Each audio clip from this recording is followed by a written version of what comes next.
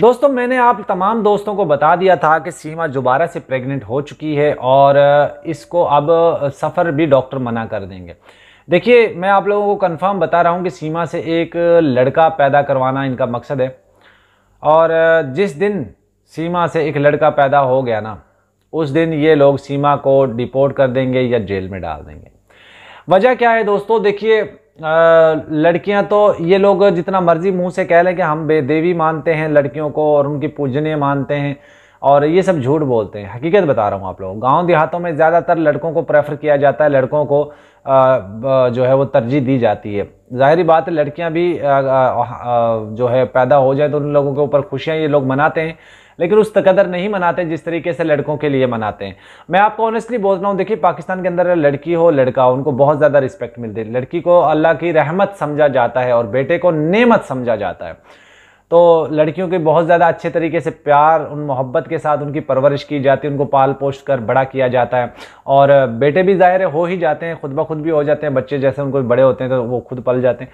लेकिन बेटियों की केयर बहुत ज़्यादा की जाती है और ये औरत कहती है वहाँ पे बेटियों को इस तरह किया जाता है उस तरह किया जाता है। लेकिन यहाँ पर हकीकत बता रहा हूँ, रबूपुरा के लोग ज़्यादातर बेटों को तरजीह देते हैं। वो खिसियानी बिल्ली खंबा नोचे वाली मिसाल आप लोगों ने सुनी होगी ना। तो ये नित्रपाल की पूरा परिवार जो है वो यकीन माने घर में इस तरीके की बातें करता है कि ये 3 पहले थी, चौथी एक और आ गई है, तो हम इनका पालन पोषण कैसे करेंगे।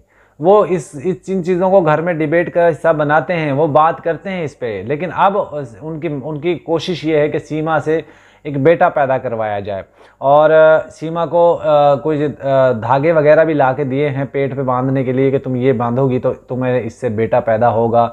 और कुछ दरगाहों पे भी, ये मंदिरों में भी गए हैं, पूजा पाठ भी करवाया है कि ताकि सीमा के घर इस दफ़ा बेटा पैदा हो जाए, लपुआ का बेटा, छोटा लपुआ आने वाला है।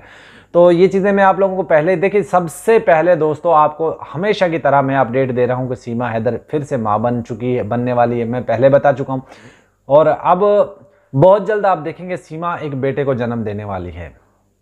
ये हकीकत है, चाहे आप लोग माने चाहे मत माने। दूसरी तरफ दोस्तों एपी सिंह अपनी चालें चल रहा है, उल्टी सीधी चालें चल रहा है और वो सीमा को वहाँ रोकने के लिए, कोर्ट में ना जाने के लिए वो भोंडी हरकतें कर रहा है। डॉक्टर की स्लिप भी ले आएगा और कहेगा कि ये बीमार है, दूसरी तरफ ये कहेगा कि सीमा की जान को खतरा है।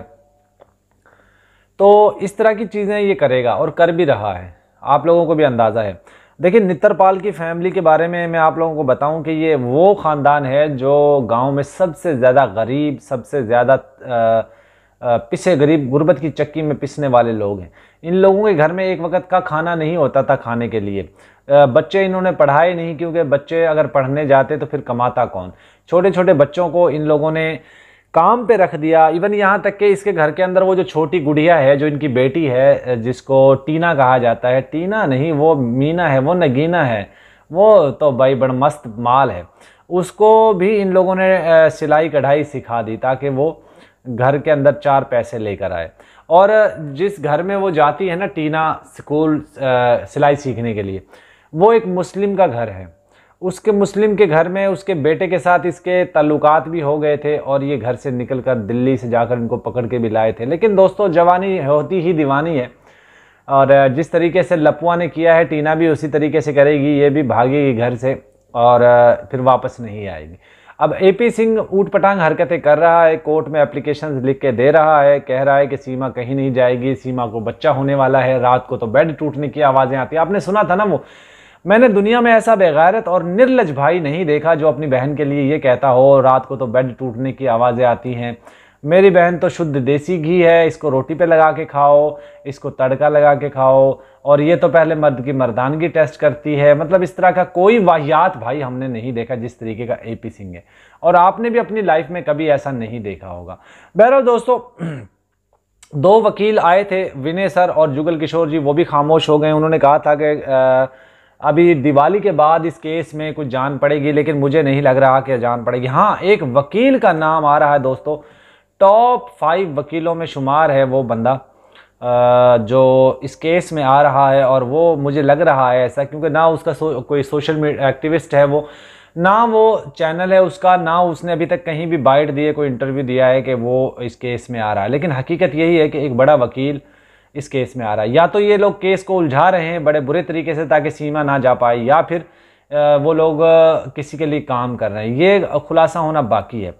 और आपको सबसे पहले सबसे अच्छी सबसे कंफर्म जानकारी आपको हमारे चैनल पे मिलती है हमेशा की तरह, और अभी भी आपको सबसे लेटेस्ट इन्फॉर्मेशन मैं ही दे रहा हूँ। उम्मीद है दोस्तों आज की वीडियो आप लोगों को अच्छी लगी होगी। Good bye.